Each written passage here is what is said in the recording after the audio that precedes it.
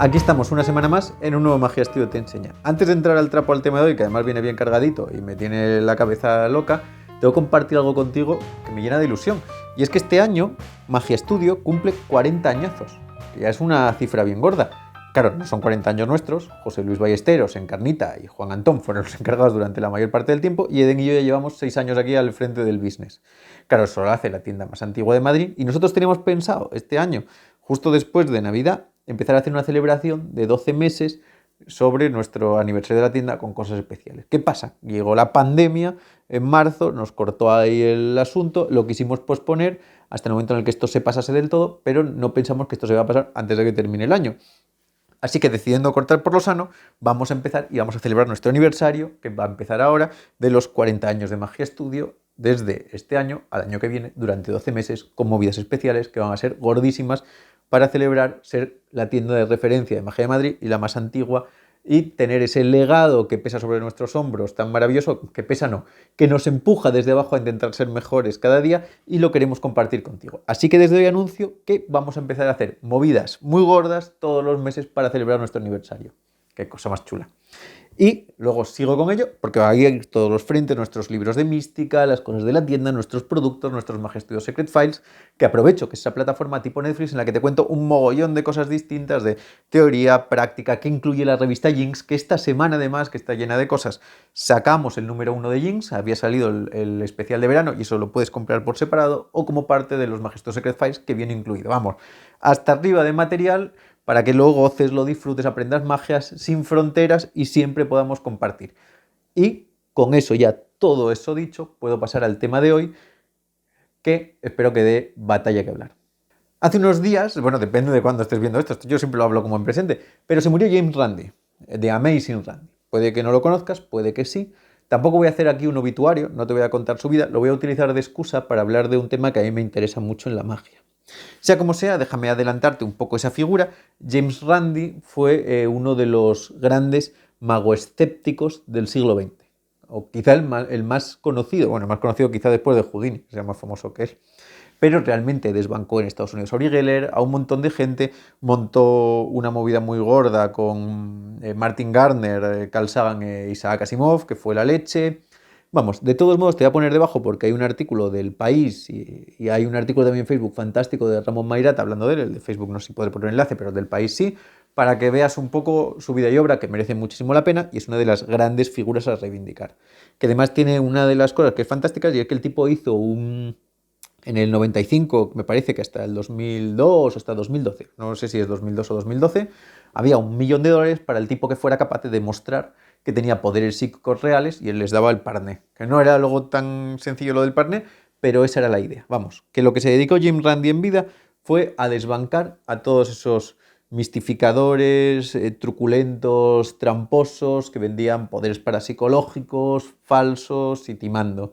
De hecho, y es una cosa que me interesa, es el último, o bueno, no es el último, porque yo diría que uno de los grandes exponentes de eso a día de hoy sería de Rembrandt, aunque parezca que su línea no es tan así, pero tiene grandes especiales sobre ello, que sigue esa línea que había seguido en su momento Houdini, que venía también traída por Maskelyne y que un montón de magos, sobre todo en ese tránsito del siglo XIX a la primera mitad del siglo XX, lo llevaban siempre a sus espectáculos, que eran momentos en los de desbancar falsos mediums.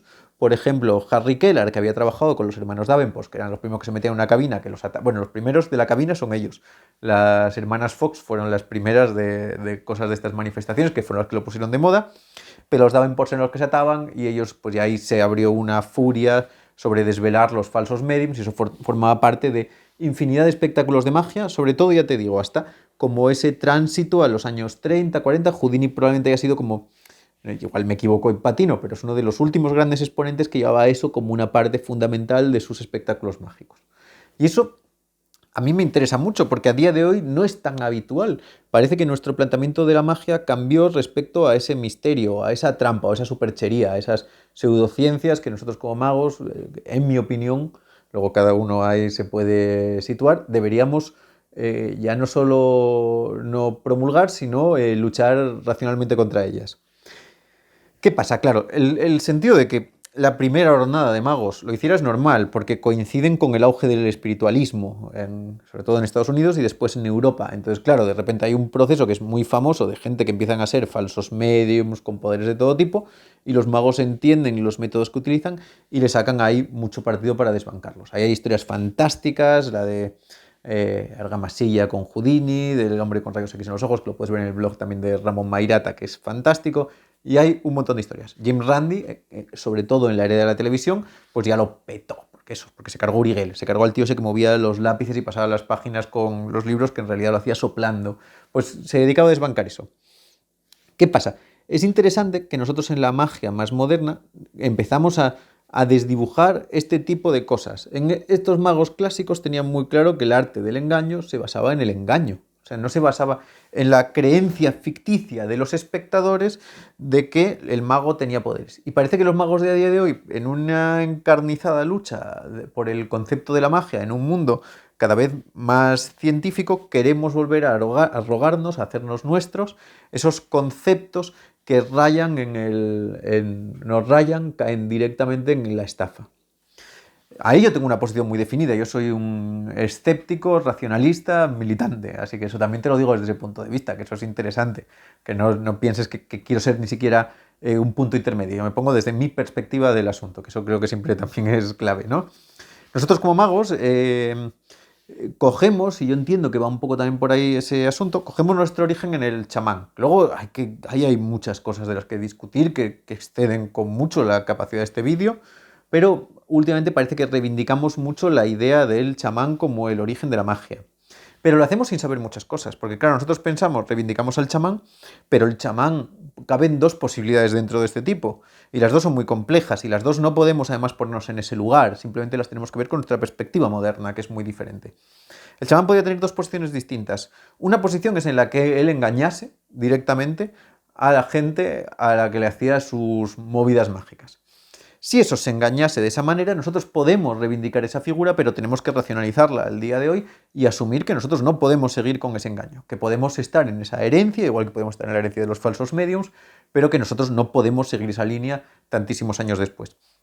Hay otra posibilidad, que también esa es muy interesante, y hay una cosa que nosotros no sabemos, en antropología se habla a veces, y es la idea de que el chamán probablemente, o no probablemente, pero posiblemente, hiciera trampas que sus espectadores conocieran. Quiero decir, que se producía una suspensión de la incredulidad, una suspensión de la incredulidad, que el público pudiera saber realmente que el chamán hacía trampa, pero en ese juego, en palabras de Huizinga, religioso, todo se formase la idea de que el resultado es mayor que la trampa impuesta, que sabiendo que la trampa es una metáfora de lo que se quiere conseguir, eso estuviera, que el público no fuera tan incauto siempre. Y por sobre todo hablamos de chamanes muy antiguos, pero eso podríamos llevarlo al yadú más o menos relativamente actual de la India, ¿no? Todas esas circunstancias son muy complejas y los magos muchas veces las planteamos desde una absoluta superficialidad.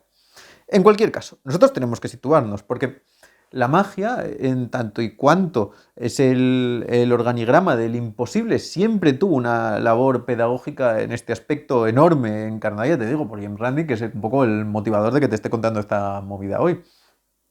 Y eso es fundamental, y es nosotros cómo nos posicionamos respecto a ellos. Nosotros se posiciona la gente diciendo un poco que el público crea lo que quiera creer. Claro, al final caemos siempre en el mentalismo, ¿no? Al final el mentalismo es la rama que más se acerca a la superchería del chamán antiguo. Al final luego en realidad es un absurdo, porque el mentalista que más lo peta a nivel mundial es Derren Brown, que lleva una línea absolutamente ultrarracionalista, y su público, bien sabido es, le sigue constantemente y sigue haciendo los mejores espectáculos del mundo sin que nadie diga, no, es que el tipo dice que hace trampa. No, sabemos que ni siquiera es necesario que el público se crea esa historia. Eso nos lleva un poco a nosotros qué queremos en la vida y si el mago al final tiene una cierta responsabilidad escénica. Yo pienso que sí, que cualquier persona que se coloque en un escenario tiene una responsabilidad porque no deja de ser más que un altavoz de un pensamiento y sobre todo nosotros somos demostradores de algo. Si nosotros lo que hacemos en cuanto a lo que decimos es transmitir la idea de que pensamos que todas estas historias son posibles o son viables, lo único que estamos haciendo es dando pábulo a lo que también vuelvo a entrar en mi querido Ramón Mairata, habla, que es que se carga la ficción de la magia. La magia necesita, para poder ser magia en nuestro sentido, ficción. Tiene que haber ese conocimiento del espectador de que hay una trampa detrás. Esto también lo dice Jim Steinmeyer, que la magia es el arte de engañar a quien sabe que está siendo engañado. Si eliminamos de la ecuación el que sabe que está siendo engañado, lo que estamos haciendo es timar. Eso es fundamental y eso, en mi opinión, va a misa. En cualquier caso, vuelvo un poco ahí al hilo de lo que quería decir. No es que los magos nos tengamos que posicionar en todos los espectáculos, estar diciendo todo el día que lo que hacemos es trampa, por supuesto que no, porque hay una especie, también hay una parte de ese pacto con el espectador que le dice que lo que hacemos es una cosa artística, pero pensar, por otro lado, que simplemente porque el espectador vaya a un espectáculo sabe que lo que hacemos tiene trampa, es un error de bulto, porque a ese mismo teatro van timadores de todo tipo. Si el que piense que todo lo que hay en la tele es ficción sabe que no es verdad, porque la gente se cree lo que hay ahí. Y los magos tenemos una cosa fantástica, es en nuestra parte de más alto arte, nosotros tenemos esa capacidad de mover a la gente. La magia tiene lo hablaba con Eden antes de ponerme a grabar este vídeo, la magia tiene un grandísimo poder de conversión, no de, bueno, de conversión a estas cosas, por supuesto, pero es enormemente transformadora, porque es una cosa sobre la que estoy preparando un vídeo ahora, porque el golpe del imposible es una cosa que nos desnuda como espectadores totalmente, es una cosa que nos saca de nuestras casillas de forma enorme, porque representa un choque a la razón. De esa manera, en el fondo, tenemos mucha fuerza escénica para hablar de unas cosas o de otras. En mi opinión, los magos, de alguna forma, teníamos que, sabiendo que lo que hacemos es trampa, nosotros tenemos ese poder.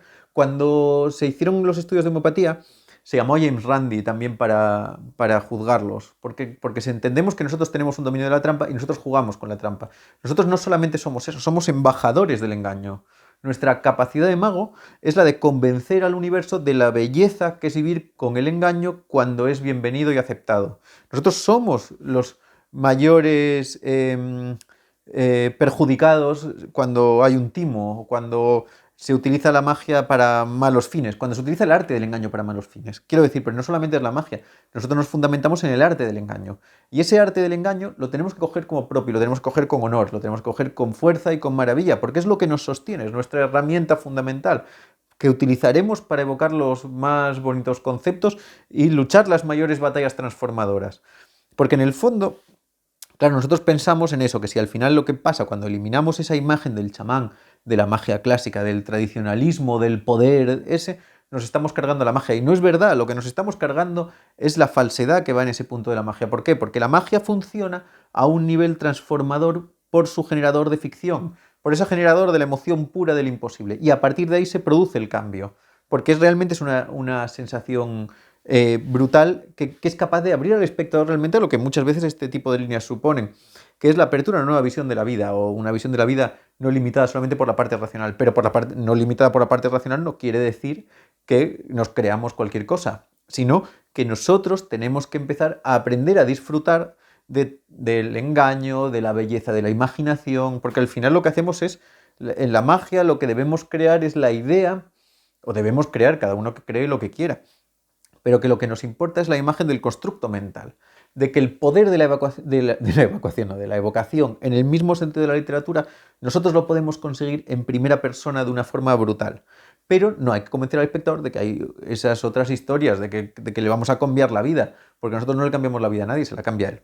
En cualquier caso, resumiendo un poco, que me emociono con ese tema y creo que va a dar batalla y frentes de batalla, lo que importa es que los magos al final tenemos que tener en cuenta a héroes como James Randi, como Houdini, como Derren Brown, que lo que están haciendo es utilizar la magia en los mayores fines posibles, que es reivindicar el verdadero poder de la magia, desembarazándola de esos pesos en los que nosotros nos apoyamos muchas veces simplemente por querer ser más de lo que somos cuando ya somos todo lo posible, que es los embajadores del misterio y del engaño, y de la belleza del engaño. No hablo del engaño en una forma peyorativa, sino todo lo contrario, ¿no? Sino de la belleza del ser capaces de mostrar una realidad alternativa con los medios a disposición en el mundo racional. Y que debemos abrazarlo con toda nuestra fuerza y todo nuestro ánimo. Sería maravilloso que la magia en ese aspecto militase en ese racionalismo tan importante. Sé que esto puede generar batallas, yo creo que es el tema más que más controversia puede generar de los que haya tratado en estos vídeos.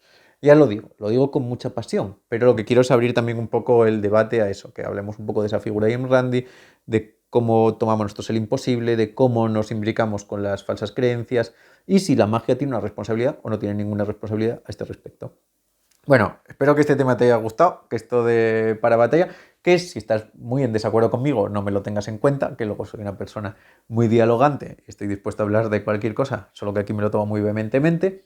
Y ya sabes todo lo que hacemos, nuestros Magia Studio Secret Files, estamos con la revista Jinx, estamos de 40 aniversario, así que hoy no te puedes enfadar conmigo que estamos de aniversario. Y todas estas cosas, que te suscribas, des a like, compartes todo y nos ayudes a crecer y a seguir haciendo cosas en estos tiempos tan inciertos. Y nos veamos con mucho amor y muchas ganas la semana que viene.